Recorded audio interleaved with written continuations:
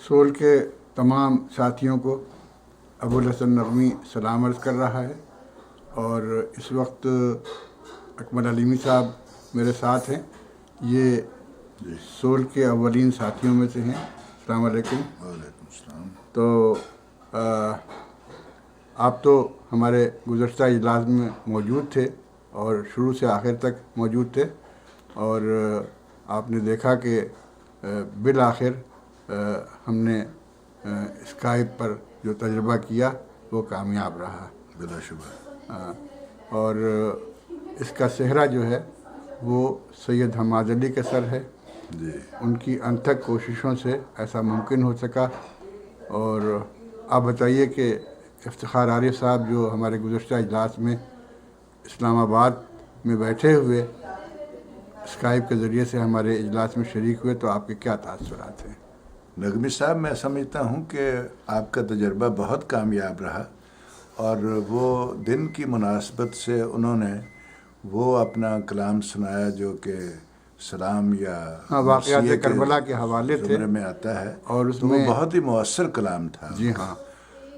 اور عہد حاضر کے جو حالات و واقعات ہیں ان کا حوالہ موجود تھا، اور ان کے حوالے سے وہ کربلا تک پہنچ رہے تھے. جی. اور وہاں کی تلمیحات اور استعارے، مثلا یہ کہ انہوں نے یہ کہا کہ جب بھی کسی جابر کا یا کسی بھی جبر کی قوت کا مقابلہ کرنا ہوتا ہے تو مدینے سے ترک وطن تو لازم ہوتا ہے. اور انہوں نے ایک استعارہ استعمال کیا تھا جو میرے لیے نیا تھا اور بڑا خوبصورت تھا کہ مشکیزے اور تیر کا تعلق کتنا پرانا ہے. واہ واہ واہ، بہت خوب. تو وہ بھی ایک خوبصورت استعارہ تھا. ہاں.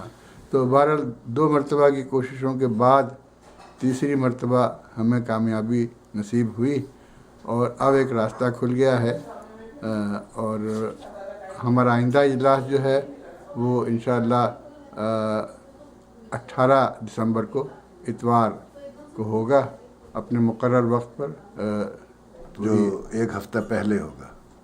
ہاں، ایک ہفتہ پہلے. ہماری مجبوری یہ ہے اکمل صاحب کہ جو ہم کوشش تو یہی کرتے ہیں کہ ہم ہمیشہ اپنا اجلاس جو ہے وہ آخری اتوار کو کیا کریں، مہینے کا آخری اتوار. تو لیکن اس دفعہ مہینے کا آخری اتوار جو ہے وہ 25 دسمبر کو ہے، اور کرسمس کی وجہ سے لائبریری بند رہے گی. تو یہ ہماری مجبوری تھی، اس لیے ہم ایک ہفتہ پہلے اپنا اجلاس کر رہے ہیں. اور اس اجلاس میں جہاں ہمارے معمول کے پروگرام ہیں اور جو پہلے سے ہم نے طے کر رکھے ہیں، ہم تھوڑا سا وقت جو ہے وہ پروین شاکر کے لیے وقف کریں گے. بلا شبہ. ہاں. اور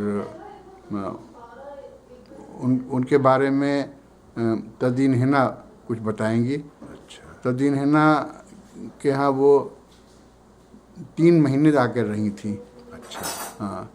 اور بہت ہی اچھی سہیلی تھیں. تو وہ اپنی یادوں پر مبنی یہ سب چیزیں جو ہیں وہ ہمیں آ کے سنائیں گی. اور ہمارا خیال ہے کہ ہم اسلام آباد سے بھی کسی کو اسکائپ پر بلا کے ان کے بارے میں بات کریں گے. تو میرا خیال ہے کہ جو ہمارے دیکھنے والے اور سننے والے ہیں وہ انشاءاللہ ضرور ہمارے جو یہاں کے لوگ ہیں وہ ہمارے اجلاس میں شریک ہو سکیں گے. اور اس کے علاوہ ہم جو چھپا ہوا خط ہے نا وہ بھی انشاءاللہ ای میل سے بھیج رہے ہیں. امید ہے کہ یہ اجلاس آپ کا پہلے سے زیادہ کامیاب رہے گا، کیونکہ اسکائپ کا تجربہ ظاہر کرتا ہے کہ لوگ یہ خوشبو پھیلے گی سارے شہر میں. مثلا انور اقبال اس دن تاخیر سے پہنچے تھے، تو انہوں نے مجھے کہا کہ میں نے سنا ہے کہ بہت دلچسپ تجربہ رہا اور بہت معلومات افزا تھا. میں نے کہا ہاں. اس کے علاوہ ہمیں جو عالمی شہرت کے کیمرہ مین ہیں جو ڈرامہ سیریز کے سلسلے میں بہت معروف ہوئے اور جو ٹی وی چینلز پر ڈرامے دکھائے جاتے ہیں ان میں کیمرہ ڈائریکٹر کے طور پر ہمیشہ انہی کا نام عام طور پر آتا ہے، فرحان عالم صاحب. تو ان کی خدمات بھی ہمیں اب حاصل ہیں اور وہ ہم سے بھرپور تعاون کریں گے. یقیناً آپ کا جو پیغام ہے وہ اس کا مطلب ہے کہ وہ پاکستان تک پھیلے گا. ہاں ان کی کوشش یہ ہوگی اور انشاءاللہ کامیابی ہوگی کہ وہ سول کو ہی موقع ہی پر ایک یعنی ٹی وی اسٹیشن بنا دیں اور پوری دنیا میں اسے دیکھا جا سکے لائیو. تو وہ کہتے ہیں کہ یہ کوئی بڑی بات نہیں، یہ ہو جائے گا انشاءاللہ. یہ ٹیکنالوجی کا کمال ہے کہ، اور یہ ٹیکنالوجی ہے ہماری عمر کے لوگ ذرا اس سے پرہیز کرتے ہیں لیکن یہ ہے کہ یہ ہے بڑی دلچسپ، اور میں سمجھتا ہوں کہ اس نے دنیا کو بالکل ایک یکجا کر دیا ہے. ہاں بالکل، جو گلوبل ولیج کا تصور ہے نا، وہ پہلی اب اس کا مطلب سمجھ میں آ رہا ہے. بہت بہت شکریہ. خدا حافظ. خدا حافظ.